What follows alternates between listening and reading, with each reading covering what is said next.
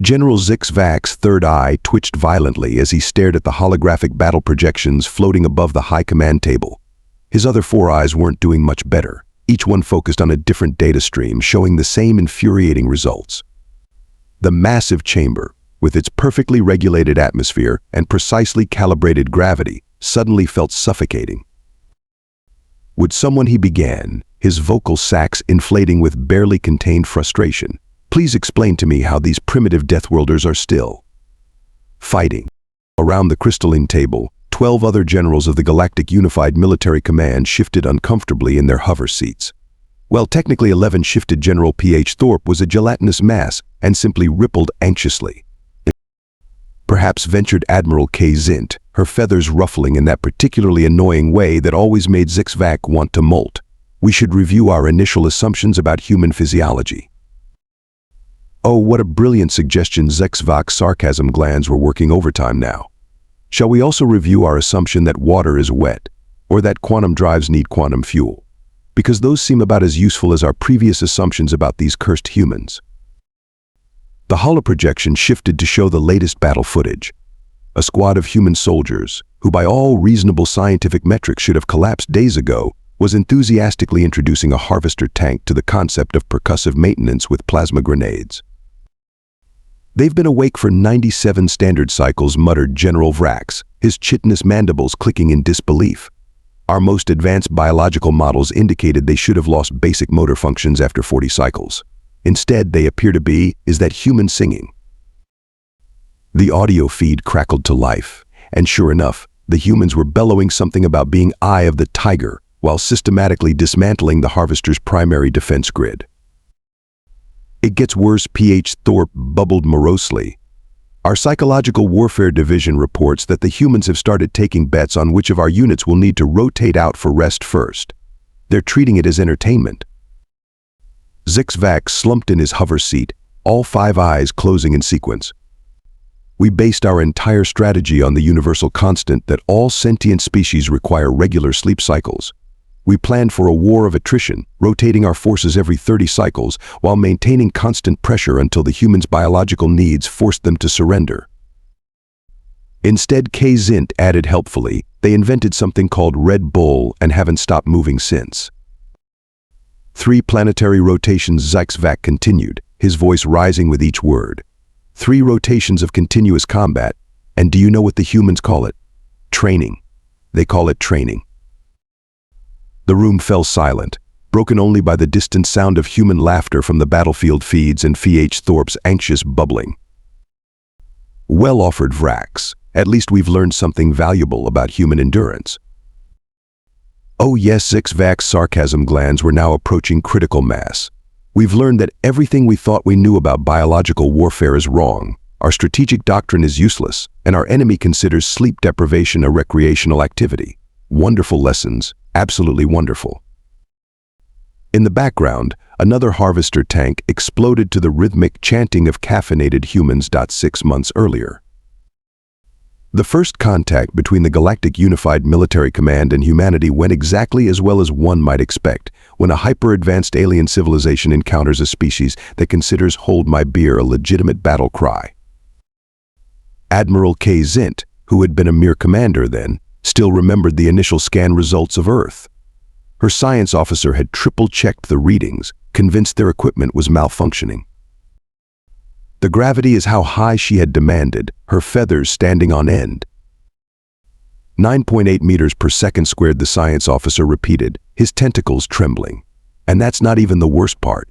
The atmosphere is a toxic nitrogen-oxygen mix, the temperature variations are extreme, and the planet experiences regular geological upheavals.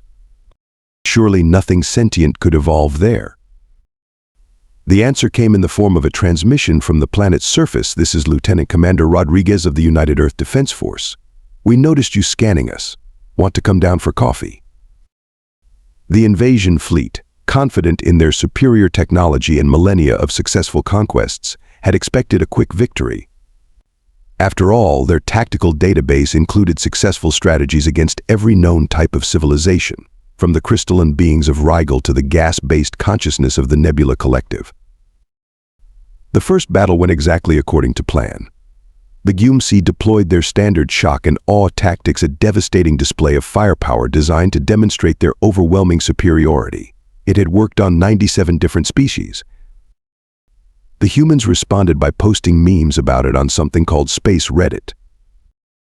Their reaction times are impossible, General Zyx'vak had reported during the early days. We deployed Class 4 neural disruptors, designed to override any known nervous system.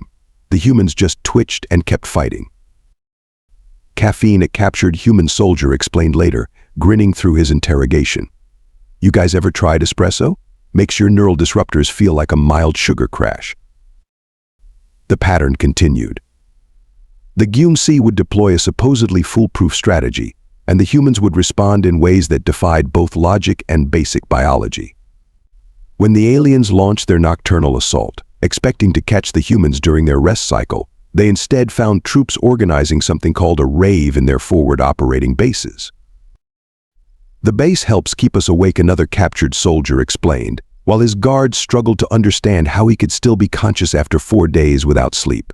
Plus, nothing says "come at me bro" like dubstep at 3 a.m. The turning point came during the Battle of Lunar Base Alpha. The GUMC had committed their elite Eternal Vigilance Corps warriors, specially modified to operate without rest for up to 50 cycles. They expected to outlast the human defenders through sheer endurance. What they hadn't expected was Lieutenant Ming's infamous coffee pot incident. In retrospect, General Zyx'vak would later write in his memoir, "We should have been suspicious when they requested a temporary ceasefire to bring in supply pods marked with something called a Starbucks logo." The battle lasted 6 days. By the end, the Eternal Vigilance Corps was begging for a nap, while human soldiers, vibrating at frequencies that shouldn't have been physically possible, continued to defend their positions with disturbing enthusiasm. The worst part, Commander Zint noted in her official report, is that they've turned it into some sort of game. They've started a ranking system based on who can stay awake the longest while maintaining optimal combat efficiency. They're calling it the Insomnia Olympics. The final straw came when human scientists, apparently operating on nothing but something called 5-hour energy in spite, managed to reverse engineer several pieces of alien technology while simultaneously developing countermeasures against their biological weapons. How demanded the GUMC High Command? Simple, replied Dr. Chen, the lead human scientist, her eyes twitching slightly as she downed her 15th energy drink. You ever tried to finish a PhD thesis? This is nothing. Now, if you'll excuse me, I haven't slept since Tuesday, and I'm pretty sure I just figured out how to make your quantum drives run on cold brew coffee. It was at this point that the GUMC realized they might have seriously underestimated what constitutes normal human behavior. The decision to switch to sleep deprivation tactics wasn't just a strategic error, it was about to become the galaxy's most expensive lesson in human adaptability. The GUMC's Operation Eternal Vigil was, on paper, a masterpiece of military planning. The kind of strategy that should have won wars, earned promotions, and been taught in military academies for generations to come. Should have been, that is, if it weren't for one tiny detail: humans are absolutely terrible at following the rules of biological warfare. General Zyx'vak had personally overseen the development of the rotation schedules. Each combat unit would engage for precisely 30 cycles before being relieved by a fresh force, maintaining constant pressure on human positions without respite. The logistics were immaculate, the timing perfect, the coordination flawless. Its beautiful Admiral Zint had admitted during the final planning session, the humans will be forced to either surrender or watch their combat effectiveness deteriorate as fatigue sets in. The first signs that something was wrong came during hour 47. Sir, reported Field Commander NX Till, his crystalline form clouded with confusion. The humans appear to be napping. Excellent, Zyx'vak's victory glands began to secrete. They're finally succumbing to exhaustion. No, sir. I mean, they're taking turns. 3-minute rotating naps while their squadmates cover them. They're calling it tactical microsleep, and, sir, their combat effectiveness is actually improving. The security footage told the bizarre tale. Human soldiers would simply prop themselves against whatever cover was available, close their eyes for precisely 180 seconds, then snap back to full alertness. Their comrades had turned it into some sort of contest, complete with scorecards rating power nap efficiency. But that was just the beginning. Hour 73 brought the discovery of what the humans called combat stimulants. The GUMC's pharmaceutical division went into collective shock when they analyzed the substances humans were casually consuming. "This can't be right," Chief Medical Officer P.H. Thorpe bubbled anxiously. "According to these scans, they're voluntarily ingesting enough stimulants to kill a Centaurian battle rhino. The one they call pre-workout appears to be capable of powering a small fusion reactor." The rotation schedules began to fall apart as alien troops required increasingly longer rest periods to recover from the sheer stress of trying to keep up with humans who seemed to have abandoned sleep as a concept entirely. Hour 96 brought the infamous energy drink incident. "They've started mixing them," reported a horrified field observer. "Something called Monster with another substance labeled Bang. The resulting combination appears to be breaking several laws of chemistry. One human just vibrated through a wall, and I'm pretty sure it wasn't technology-assisted." The human defenders had turned sleep deprivation into an art form. They developed a complex system of rotation that made absolutely no sense to alien observers: power naps, caffeine timing, and something they referred to as that weird second wind you get at 4 a.m. when everything becomes hilarious. "Their combat logs are becoming increasingly concerning," reported Intelligence Officer K. Talk, reviewing the intercepted communications. "Listen to this exchange. Hey Jenkins, how long you been up? What day is it? Thursday. What month? Does it matter? Nah, pass the rippets." The GUMC's carefully planned shift rotations were facing an enemy that treated sleep like an optional hobby rather than a biological necessity. Alien troops would arrive fresh and ready for battle, only to face humans who had apparently transcended the need for consciousness in any traditional sense. Hour 120 brought the breaking point for the alien forces. The humans had started conducting impromptu science experiments with their stimulant combinations. "They've created something new," reported a trembling scout. "They're calling it quantum coffee. The chemical analysis makes our best xenobiologists cry." One human drank it and claimed they could taste ultraviolet light. General Zyx'vak watched in mounting horror as his perfect strategy crumbled in the face of humanity's bizarre relationship with consciousness. The rotation schedules, so carefully crafted, were meaningless against an enemy that had apparently decided sleep was more of a suggestion than a requirement. Sir came the final report that broke him. "The humans have started telling each other jokes so bad that the pain keeps them awake. They're calling it tactical dad humor. Our psychological warfare division is requesting hazard pay." The security feeds showed the grim truth. While alien troops struggled to maintain their precise rotation schedule, humans had turned sleep deprivation into a competitive sport.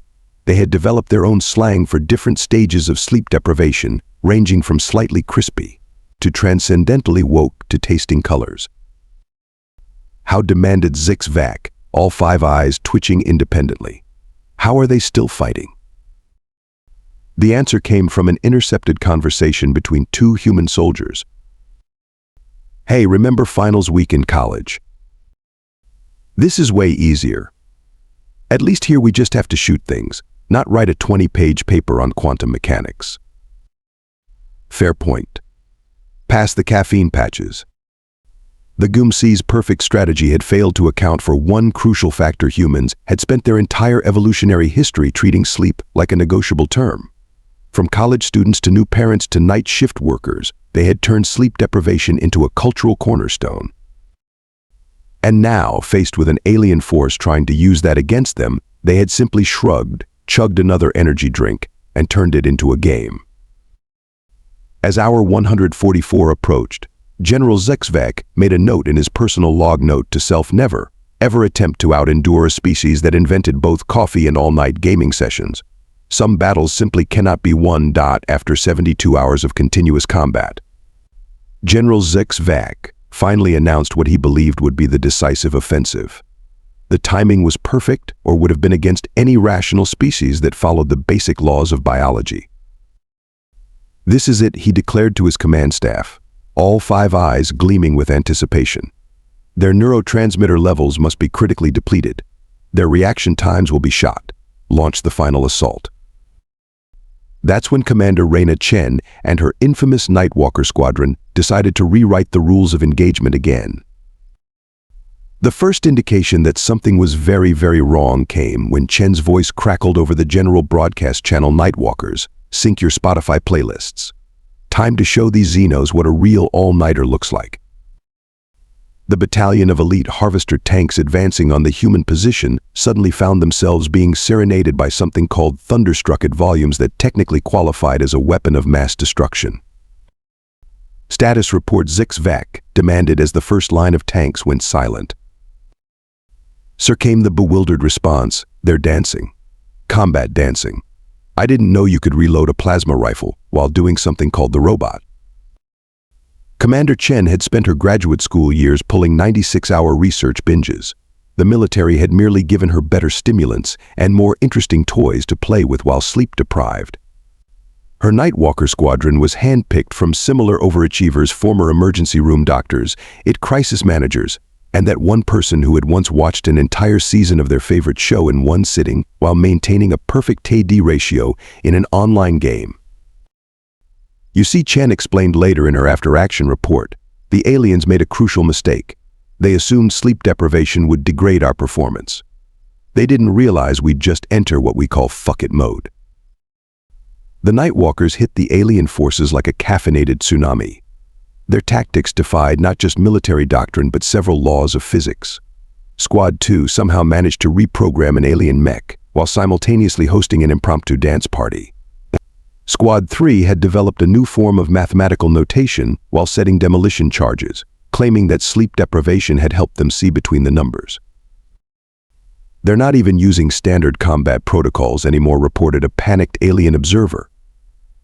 Lieutenant Rodriguez just cleared a bunker by running and screaming something about having the same energy as a goose while dual-wielding fusion rifles. The alien command center descended into chaos as reports flooded in. Sir, Squad 4 is reciting entire episodes of some entertainment series called The Office while conducting precision orbital strikes. Commander Chen just calculated a 40-variable quantum equation in her head because, quote, numbers look pretty when you haven't slept in 4 days. The human-designated Corporal Wong has been awake so long he claims he can see ultraviolet and is using this to spot our cloaked units. Zyx'vak watched in mounting horror as his perfect offensive crumbled in the face of what humans apparently considered a mild case of the Mondays. His troops, operating on carefully calculated rotation schedules, simply couldn't adapt to an enemy that had transcended normal consciousness and was operating on what they termed goblin mode. The breaking point came when Chen's squadron decided to get creative. They had started combining alien tech with their own sleep-deprived innovations. Reported Sergeant Mills, who hadn't blinked in approximately 6 hours, we figured out how to use their quantum stabilizers to flash brew coffee.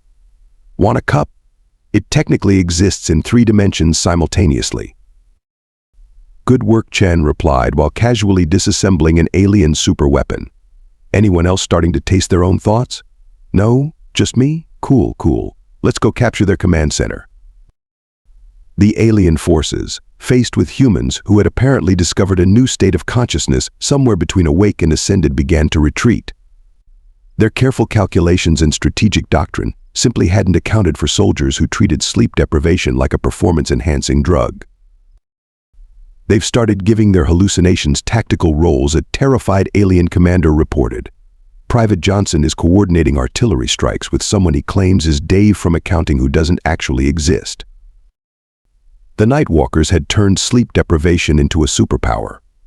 They moved with the peculiar efficiency of people who had completely abandoned the concept of rest and were now operating on spite and scientific curiosity. Their combat logs became increasingly incomprehensible. 03000 repelled alien counterattack. 040 invented new form of calculus. 0500 forgot invented calculus. 0600 pretty sure the air is crunchy. 0700 successfully captured enemy fortress while debating whether cereal is soup. As the alien offensive collapsed, Commander Chen gathered her squadron for what would become known as the most unusual victory speech in military history. Good work, everyone. Or bad work. I honestly can't tell anymore because words have lost all meaning. But the aliens are retreating, so that's probably good. Has anyone seen my left boot? Not the one I'm wearing, the other left one. Also, did we accidentally solve world hunger during the battle? I have these equations here, but they might just be a cookie recipe. The aliens' carefully planned breaking point operation had failed spectacularly.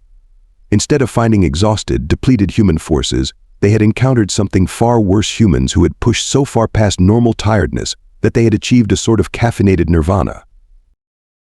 General Zyx'vak, watching the last of his forces retreat from what command had dubbed the consciousness optional zone, made his final log entry of the campaign. Military doctrine update: when engaging human forces, do not, under any circumstances, attempt to use sleep deprivation as a strategy. They have somehow weaponized it. The longer they go without sleep, the more they violate the laws of physics. We lost an entire battalion to a squad that was apparently running on nothing but energy drinks and spite. Additional note: their Commander Chen has been awake for approximately 147 hours and has started correctly predicting our movements before we make them. She claims she's not psychic, just vibing in the fourth dimension. Request immediate research into whether sleep deprivation actually gives humans limited precognitive abilities. Final note: next time, let's just try diplomacy. I need a nap. The Battle of Sleepless Hill, as it came to be known, marked the first major defeat of the GUMC forces. More importantly, it marked the point where the alien command realized that human biology wasn't just different, it was terrifying. Commander Chen and her Nightwalkers became legend, though Chen herself remembered very little of the battle. Time gets weird after hour 50, she explained in her memoirs. But I'm pretty sure we won. Also, has anyone seen my other left boot? The GUMC's Advanced Research Division was having what humans would call an existential crisis. Dr. Zyx'vak, lead xenobiologist, stared at the research displays with all three of his brain clusters experiencing simultaneous migraines. Play that footage again, he chittered to his assistant. The one from their historical archives. The holographic display flickered to life, showing ancient human military training footage. Navy SEAL Hell Week, read the caption.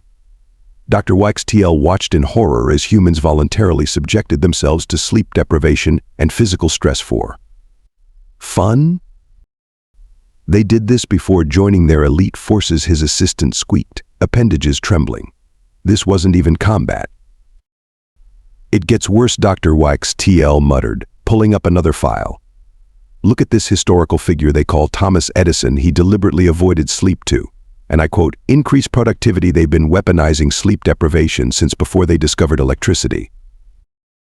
The research team had been tasked with understanding how humans managed to not just survive but thrive under conditions that should have rendered them comatose. Instead, they were discovering that their entire understanding of human biology needed to be rewritten. Their military history is fascinating, presented Dr. P.H. Locks, the military historian. Her tentacles were tied in knots from stress.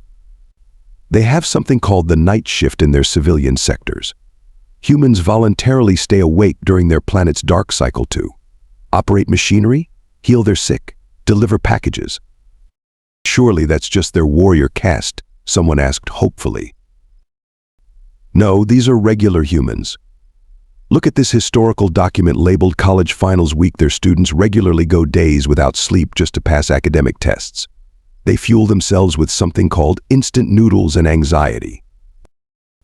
The scientific council chamber erupted in horrified murmuring. Dr. Zyx'vak pulled up more combat footage from their recent encounters. Watch this human soldier here. According to our bio readings, they should be experiencing critical cognitive failure. Instead, they're not only functional but somehow managed to hack our quantum encrypted communications while simultaneously winning something called a dance battle against their squad mates. Could it be their stimulants, suggested a junior researcher. We've analyzed this coffee substance they're so addicted to. That's another puzzle entirely, Dr. P.H. Locks interjected. They started consuming it for its stimulant properties, but now they drink it even when fully rested. They've turned a combat enhancement drug into a recreational beverage. Some of them drink it right before sleeping. The research team had compiled a list of human activities that routinely involved sleep deprivation. It was disturbingly long. Military operations, medical residency, competitive gaming sessions, something called Netflix binge watching, new parenthood, last-minute project deadlines, just 5 more minutes of anything. Their adaptability is unprecedented, Dr. Zyx'vak concluded. We thought we could wear them down, but they've spent their entire evolutionary history treating sleep like an optional activity. They've turned sleep deprivation into a cultural cornerstone. The most disturbing discovery came from their analysis of human combat effectiveness over extended operations. Instead of the expected decline, human performance graphs showed bizarre spikes of innovation and unconventional problem-solving. Look at this incident. Dr. Zyx'vak highlighted a battle recording. After 60 hours without sleep, this human squad didn't just defeat our elite forces, they invented 3 new forms of tactical warfare while doing so. One of them involved weaponizing something called dad jokes as a psychological warfare tool. Their training manuals are equally baffling, added another researcher. They have something called the 1,000-yard stare that isn't even a combat technique, it's just what happens when they've been awake so long they can see through time. The Scientific Council's final report to GUMC High Command was a masterpiece of academic understatement. Human relationship with consciousness appears to be more of a suggestion than a biological imperative. Standard combat degradation models do not apply. After approximately 48 hours without sleep, humans enter an altered state we've termed peak sleep deprivation innovation mode, where normal logic no longer applies. Warning: do not, under any circumstances, attempt to calculate or predict human behavior past the 72-hour mark of continuous operations. Our best quantum computers suffered critical failures trying to model the decision-making processes of humans who have ascended beyond the need for sleep. Additional warning: human combat effectiveness does not decrease linearly with sleep deprivation as previously assumed. Instead, they appear to unlock new cognitive abilities that defy our understanding of neurochemistry. We've documented cases of humans solving complex mathematical equations because, quote, the numbers started dancing and told me the answers. Final note: research team requesting immediate mental health leave after reviewing footage of human all-night gaming sessions. The concept of voluntary sleep deprivation for entertainment purposes has broken several of our xenopsychologists. Dr. Zyx'vak added his own personal addendum in conclusion: humans have not only adapted to sleep deprivation, they've weaponized it, commercialized it, and turned it into a competitive sport. We recommend immediate cessation of all attempts to use sleep deprivation as a warfare tactic against human forces. They've simply had more practice at it than we could have imagined. P.S. Several members of our research team have developed an addiction to this coffee substance during our investigation. Request immediate intervention and rehabilitation protocols. The report was filed under Terrifying Human Capabilities, along with their studies on human pain tolerance, pack bonding behaviors, and their inexplicable ability to befriend anything with eyes. General Zyx'vak's final offensive was the military equivalent of throwing a tantrum. He had committed every remaining combat unit to what he dubbed Operation Wake Up Call, which his subordinates privately agreed was a terrible name for what was essentially a galactic-scale snooze button. All units, he commanded, his voice thick with desperation, execute attack pattern Delta Sleep Z. The response came immediately from the human lines: oh hey, they're back. Someone put on the party playlist. What followed would be studied in military academies across the galaxy as the great miscalculation: the alien forces, operating on their last reserves, faced off against humans who had apparently transcended the mere concept of consciousness. Commander Chen's voice crackled over all frequencies: Nightwalkers, they were kind enough to come back for another slumber party. Let's show them what happens on day 5. The human counterattack defied both physics and sanity. Soldiers who hadn't slept in nearly 120 hours moved with the peculiar precision of people who had forgotten how tired they were supposed to be. They had started naming their hallucinations and assigning them tactical roles. Jenkins' imaginary friend Bob has spotted enemy movement in Sector 7. Tell Bob he's doing a great job. The alien troops, facing an enemy that had turned sleep deprivation into an art form, began to crack. It's hard to maintain military discipline when your opponent is humming children's songs while disassembling your advanced weaponry. Sir reported a frantically bubbling P.H. Thorpe. They've started telling jokes so bad that our universal translators are refusing to work. The humans in Sector 4 are having what they call a dance-off with our elite shock troops. Who's winning? We are losing badly, sir. General Zyx'vak watched in mounting horror as his final offensive collapsed under the weight of human absurdity. Commander Chen's forces had somehow weaponized their own exhaustion, operating on a plane of existence that seemed to ignore basic biology. They've started naming their tactical maneuvers after coffee drinks a scout reported. Watch out for the double-shot espresso flanking movement. The breaking point came when the humans began broadcasting their combat logs across all frequencies. Our 117 colors taste funny. Our 118 gravity seems optional. Our 119 pretty sure we've figured out faster than light travel, but we'll wait until we've slept to check our math. Our 120 started speaking in tongues. Turns out it was perfect Zylaxian dialect. Zyx'vak, watching his carefully planned offensive disintegrate in the face of sleep-deprived human ingenuity, finally reached enlightenment, or possibly just stress-induced clarity. Stop, he commanded, all five eyes closing in resignation. Stop everything. The battlefield fell silent, except for someone on the human side humming what they claimed was the sound of purple. Commander Chen Zyx'vak broadcast on all frequencies, I request a parley. Oh, thank God, came the reply. We accept your request for diplomatic negotiations. Can we do it over coffee? I'm starting to see through time again. The peace talks that followed were unique in galactic history. The human delegation showed up with thermoses of coffee and energy drinks, while the alien diplomats brought sleep specialists and mental health professionals. Let us be clear, Zyx'vak stated at the opening ceremony, we're not surrendering because you defeated us militarily. We're surrendering because you terrify us. Any species that can turn sleep deprivation into a tactical advantage is too powerful to fight. Commander Chen, vibrating slightly from what she claimed was her hourly caffeine maintenance dose, grinned. That's fair. Anyone want to hear about the new unified field theory we came up with during the last battle? It might only make sense if you've been awake for 4 days, but we're pretty sure it works. The resulting peace treaty included several unique clauses.